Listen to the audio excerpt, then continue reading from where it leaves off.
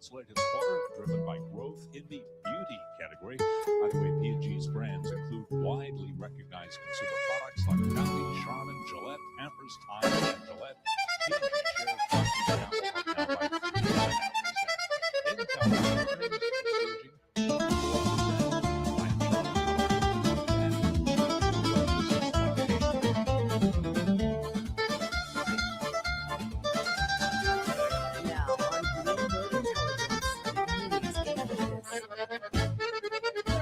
P&G shares Procter & Gamble now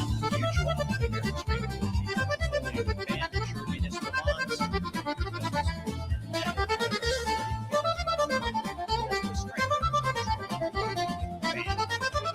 Stock municipal bonds because why not? It is Friday and everyone doing that here. Do that with market climate.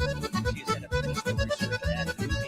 Our vote to help the municipal bond market performing this year. Well, I think we had a day of great comparison focus this morning. Last year, for 2% that, really underperformed others because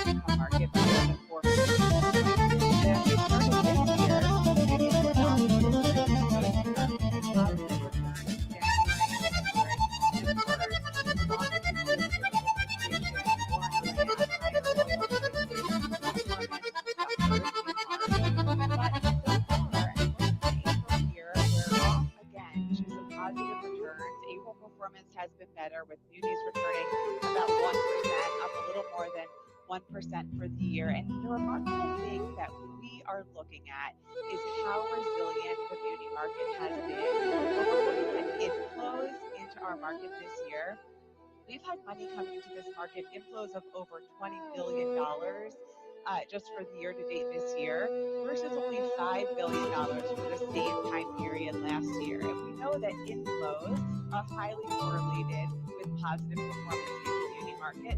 So I think investors are really just looking at the high starting yields, attractive spreads, stable credit quality, and really seeing munis as this very stable and resilient place to invest right now.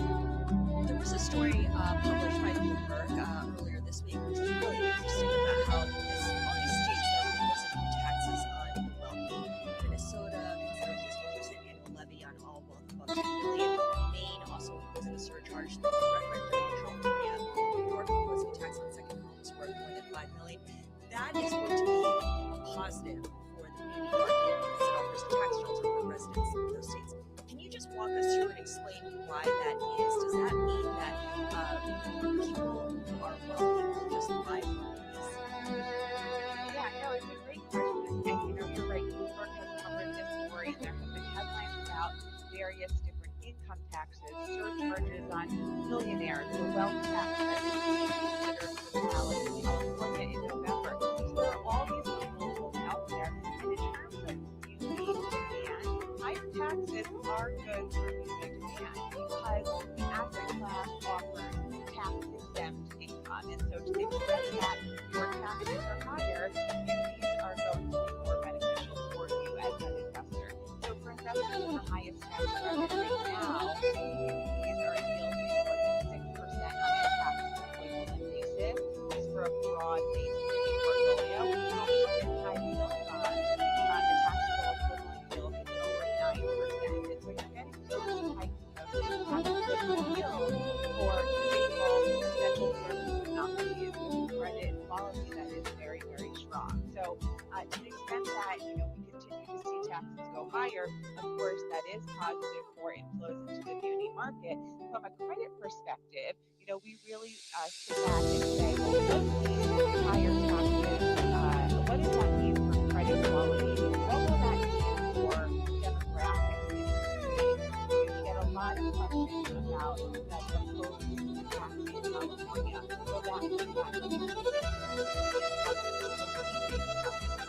So as credit analysts, we really step back and we're looking at the tax base and the behavior of people moving across the country. And, there was a really good example. Massachusetts a couple of years ago levied an income tax surcharge on people with incomes over $1 million.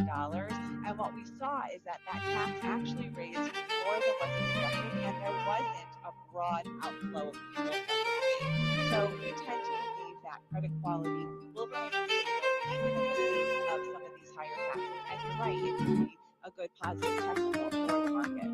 Thank you so much for explaining that. Really appreciate it. I get it. And then you could call that GA, General Obligation New York City bond a few weeks ago. It was like a $1.9 billion issue. If you lived in Manhattan and you bought that bond, 10.1% tax. Unbelievable. But New Jersey is a red, can't do that, right? Well, I choose not to. I choose to buy New Jersey so I get triple tax free. I stay local. Okay, got it. Exactly. All right, thank you so much, Margaret Lyman, joining us from New Jersey. She's the head of municipal research and a portfolio manager there in that list. All right, we want to revisit the top story over the past 2 hours, and that is once again that the Department of Justice has dropped its investigation into Jay Powell and Federal Reserve regarding its building cost overrun. Let's bring in Mike McKee, our chief international economist and policy correspondent.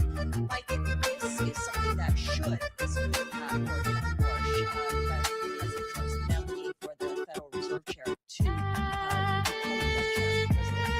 It smooths the path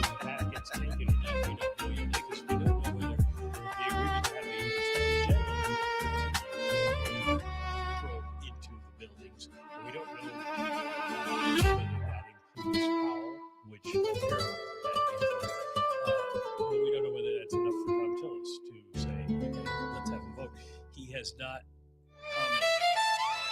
Everybody's mad. They're watching Twitter feed and see what he thinks. That would be step one. And then step two is getting the nomination to a vote in committee and getting it out to the floor. There isn't a lot of legislative days left, but they can make things happen. So his odds are a little better. Yep, shall we say. We're talking in the studio to Elliot Stein. He's a litigation analyst for Bloomberg. He's a lawyer. He said if you were advising Chairman Jay Powell, you'd say, I mean, that's a big move. That's what I thought all along. Because they were talking about also the banking industry. Congressional legislation, both of those could be. So the question is, obviously they could find Jay Powell but there could be just some pretext in the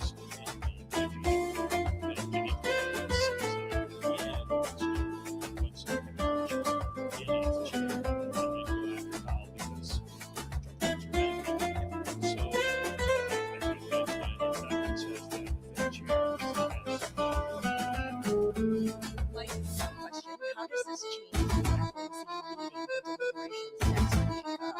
On Tuesday, I think about Wednesday,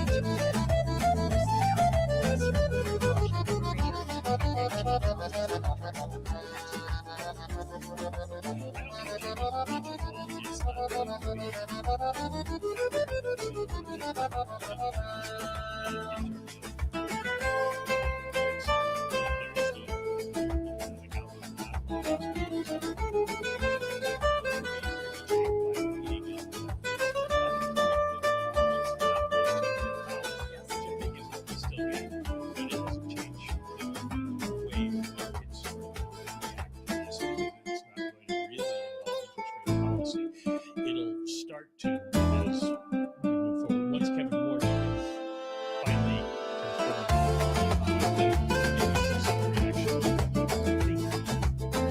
This press conference next Wednesday, which you'll be attending in Washington, don't you think Mr. Powell will have to have a definitive statement one way or the other, as opposed to kind of see how it develops?